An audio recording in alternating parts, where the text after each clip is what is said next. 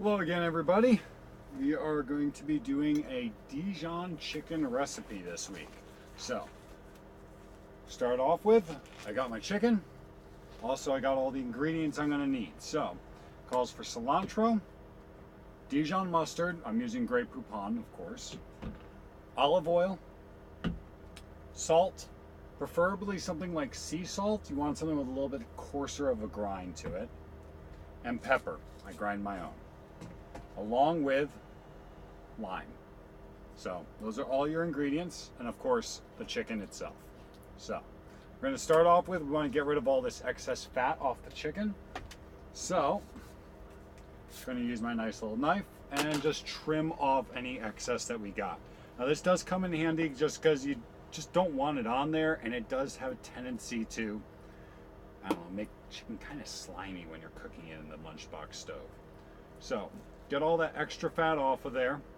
Yes, you're losing a little bit of meat when you trim it off, but it's something you can live without. Once you've gotten it all trimmed off, which looks like we got most of it right there. I'm going to get this little piece right here. Once you got it all trimmed off, got your nice piece of chicken, we're going to put this aside in our pan, which I have no idea where I put. There it is. Going to put in our loaf pan. I forgot to mention, these loaf pans, you can get them at Walmart. You can get them at whatever type of place that sells stuff like this.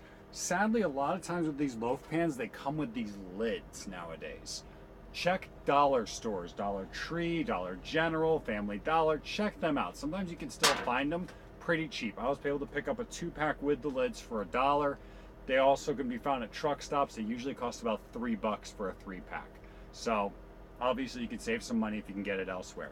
That we're just going to set off to the side. And once again, I am using my cutting boards. So red one for meat, green one for veggies. So that's it right there, and using the gloves once again. Now this recipe does require that you blend together some of the ingredients. So I do actually have a blender. This will run off of a 300 watt inverter that you can pick up at a truck stop that plugs into a cigarette lighter. So you can use that. Another option is if you have a coffee grinder. This will also work. So if you like your coffee and you like it as fresh as possible, it's a good option to get. You can also grind up some spices in here. But I'm going to use the actual blender today. So into the blender, we want to add all the ingredients. Now, if you're doing this at home, it actually calls for 1 pound of chicken. I'm going to cut the recipe in half. I obviously have probably less than half a pound of chicken, but I'm going to cut the recipe approximately in half for this. Now to start off with, they calls for half a cup of lime juice. I'm just going to do an entire lime worth of juice. And I'm just going to squeeze it the old-fashioned way. So, yes, the very old-fashioned way of just using my hands. So, you want a decent amount of lime juice. Try to get as much of it out of there as possible. 1 and 2. I know, riveting stuff, right? If you can, try to keep any seeds out. I don't even know if limes have seeds, but try to keep them out if they do. I know lemons do. By the way, another recipe working on involves lemons. Gotta love that citrusy stuff. Okay, so half a cup of lime juice. In this case, I'm using less. I'm just using 1 lime. I'm going to cut everything else into halves. So half a cup of fresh cilantro. Now, I'm not going to use half a cup because that probably is half a cup. Now, this obviously also isn't fresh. You can get the fresh stuff. You can pick it up usually at Walmart and stuff like that. It is sometimes tricky to find. And with the cilantro especially, they like to sell it in a paste form. So, good luck with it in all honesty. But not going to get half a cup. You would, if you're going to do the full recipe, I recommend picking up the actual stuff and chopping it up. So I'm using a 1/4 cup. Next thing is Dijon. Now, This recipe does call for chili powder as well. I'm not using it. I don't like spicy stuff. But if you're going to use it, it calls for 1 tablespoon of chili powder. Okay, going back to what we were doing. We got the Dijon mustard. So Dijon is the same idea. It is a half a cup. So I'm going to use a 1/4 cup because I'm doing half the recipe. That's about a 1/4 cup. Now obviously you can just eyeball this if you prefer, but measuring cups do come in handy. That is it for our 1/4 cup measuring cup. That's all we need it for. Next, it calls for 1 tablespoon of olive oil. I'm cutting it in half and I'm just eyeballing it. You know, this isn't exactly fine dining that we're doing in the truck, but we get the idea. And then after that, we have the 1 tablespoon of chili powder if you're going to do it at home with the full pound of chicken. And then half a teaspoon of both salt and pepper. Once again, I'm just going to eyeball it. That looks about good. And the pepper. Ooh, a little ring came out. That's not good. Never know what's going to happen here, right? Obviously, you can add salt and pepper later on to taste, but for right now, this is what it calls for. Now, this is actually your marinade that you're making. Got Dijon on my finger. This is actually your marinade. So, we're going to throw it in there and we're going to combine it.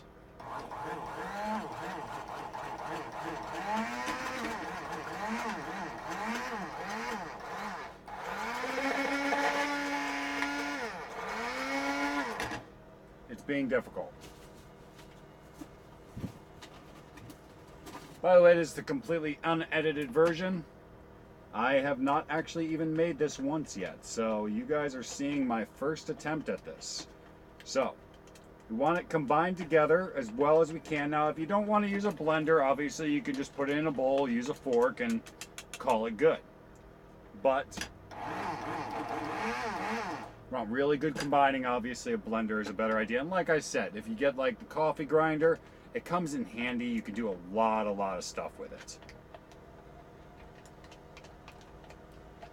That looks pretty good combined.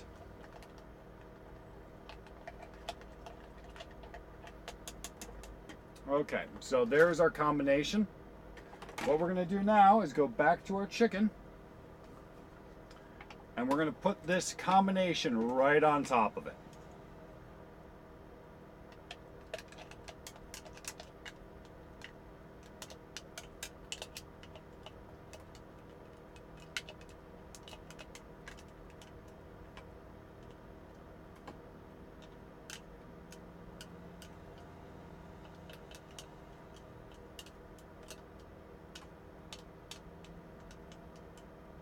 So, just kind of dumped it on there.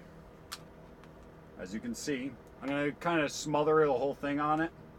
Try to get as well covered as possible. And now's the fun part. You got to wait. So if you're doing this at the end of your day, it's not ideal in all honesty because you have to let it sit. So, you want to let it sit for at least 15 minutes in your cooler, up to 6 hours. So in all honesty, with the way we do things, if you get it started at the beginning of your day and taking care of it then, that'll be fine. Let it sit for the entire day. And when you come near the end of your day, pop it into your lunchbox stove. This is one of those times that this little cover thing does actually come in handy. So I'm going to pop this into my cooler for the next 15 or 20 minutes and let it just sit. While I'm doing that, I have actually already prepped my side items. So I have right now in the slow cooker, I have rice in there. Used half a cup of rice along with a cup of water. I'm just going to let that sit. Going to see how it works out over the next hour or so. It should be good to go. And another side item that I'm doing today is I'm going to be doing green beans. I'm going to be using my other lunchbox stove for this. Now, if you don't have 2 lunchbox stoves, obviously you can put the green beans into there, into the slow cooker, and you can cook it that way, or you can just do the rice as a side item, or you can do no side item. It's all up to you what you want to do, but it's very, very versatile for all the items. With the green beans, I am going to be actually seasoning that as well. I use the McCormick Perfect Pinch vegetable seasoning. It's nice, adds some nice flavor to it, but you don't have to season it at all. Green beans are good on their own. So I will see you guys back in a little bit after I've let this cool down a little bit, and we will see you then. Hello, back again. Just finished up the chicken, so it ended up taking about an hour and a half for it to cook in the lunchbox stove. Once again, I did do the whole crimped up pan method, where I crimped up the edges of the pan, put my other pan inside of it, and then put it in the lunchbox stove, created kind of like an oven situation. In the other lunchbox stove, I just put the vegetables, the green beans, directly into a pan, seasoned it. I left the water there. It kind of made it so it gave a place to actually cook on. If you're doing it in the lunchbox stove, you definitely want to have some water in there or else you might burn it. No need to stir or anything like that. Just let it sit. It takes about 20 to 30 minutes to cook most vegetables. And then the rice, that took about an hour to cook in the slow cooker. Now it came out very, very sticky, almost like Asian rice. So if you want it less sticky, obviously you can have less rice, more water, whatever you please. And obviously if you want to, you can add some butter to that. One thing I did forget to mention, with the canned vegetables, usually they're larger cans. Now you could buy smaller cans, but they end up being more expensive per. These covers you can pick up in most stores. Walmart usually has them and whatnot. And they're actually in the pet food section. They will cover up a can pretty nicely, so that way you can reuse it later on. Aside from that, I took a taste. It tastes excellent, has a nice Dijon flavor to it. And if you have any other questions, please let me know. Leave some comments. Let me know what you guys think. And let me know what some other recipes you want to try. And I'll see you guys next time.